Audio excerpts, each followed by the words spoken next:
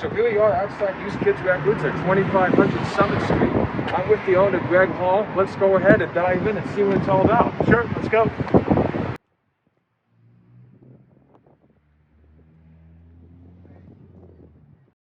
My name is Evan Brandow, and I am with the Parrish team at Keller Williams Classic Properties, and we have gone local. Today, we're at Used Kids Records here on Summit Street in the Clintonville area, showcasing why businesses like this are part of what makes Columbus, Ohio so great. The main focus of the store is obviously vinyl, and that's what you're seeing in the film. But we've got sections for the better used records as they come in to the shop. And behind that, we have the new releases that come out every week. In this world, every Friday, there's a ton of new releases coming out.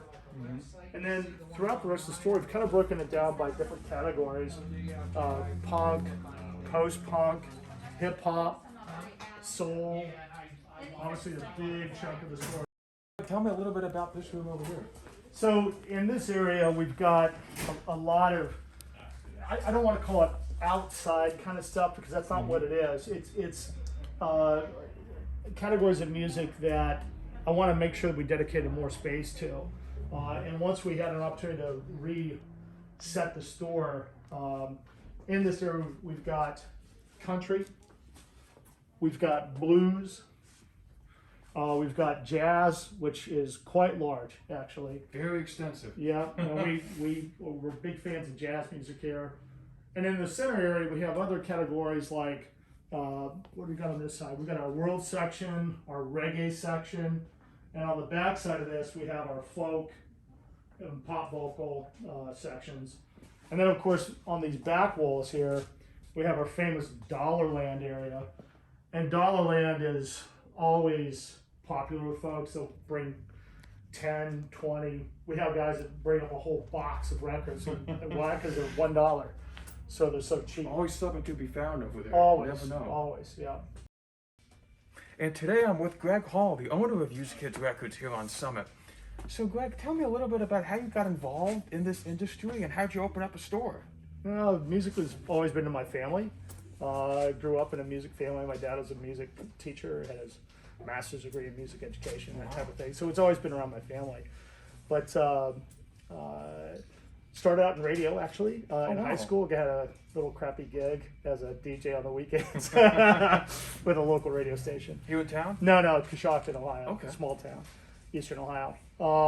And came to Ohio State, got involved with the radio station that was here at Ohio State, and also pursued working for a record store called School Kids Records. Oh, wow.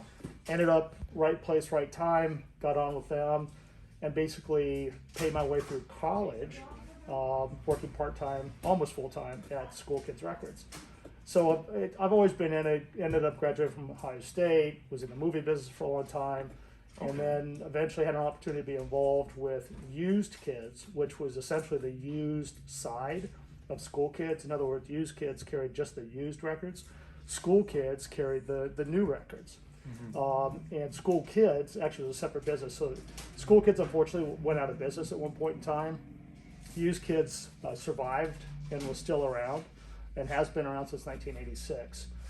I bought the store in 2014 for the previous owner and have just continued to do the great things they started back in the day. We moved from High Street to here, and I've said this to a number of people, it's the best business decision we've made in, well, in my opinion, the life of the business. So. It's a terrific location, and I can only imagine the kinds of people you can capture being here. It's so diverse. Well, the big thing too is we're on the street. So for most of the life of the shop, we're either in the what I call the basement, the old basement, or an attic, the second floor. We were never on the street level. I remember the old location that was upstairs. Upstairs, yeah. So coming down the street made a big difference too. You know, we have a lot of exposure that way. It's terrific. So Greg, what would you say has been the main impact Used Kids has had in this community? Their wallets are lighter. That's what I'll tell you that. No, people are always looking for entertainment. And whether it's going to a movie or going to a concert or listening to records at home, that reading a book, whatever it is. They're always looking for entertainment. The cool thing about music, particularly in a solid format, you can listen to it over and over Absolutely. and over, and it never dies. So I think that's one of the staying powers of physical content, whether it's Absolutely. CDs or vinyl or cassettes or what have you. And there's something cool about that interaction with the physical thing. Pulling out a lyric sheet, reading it through, Yeah, understanding the music. Yep. Absolutely. Yep, yep. What drew you here to the neighborhood besides the building? And what would you say are the main aspects that you think would draw someone out here? We actually avoided looking at High Street, other than Hudson and High. But even there, we found that the cost was too much, and it just didn't make a lot of sense as far as what we were getting financially. So it made a lot more sense to look just a little bit outside of that edge. And this zone, as technically that is Clintonville, like 50 yards that way is Clintonville. So while this is technically considered University District, it's right on that edge where it's a real blend of both Absolutely. young professionals and young families. Basically, that's Clintonville.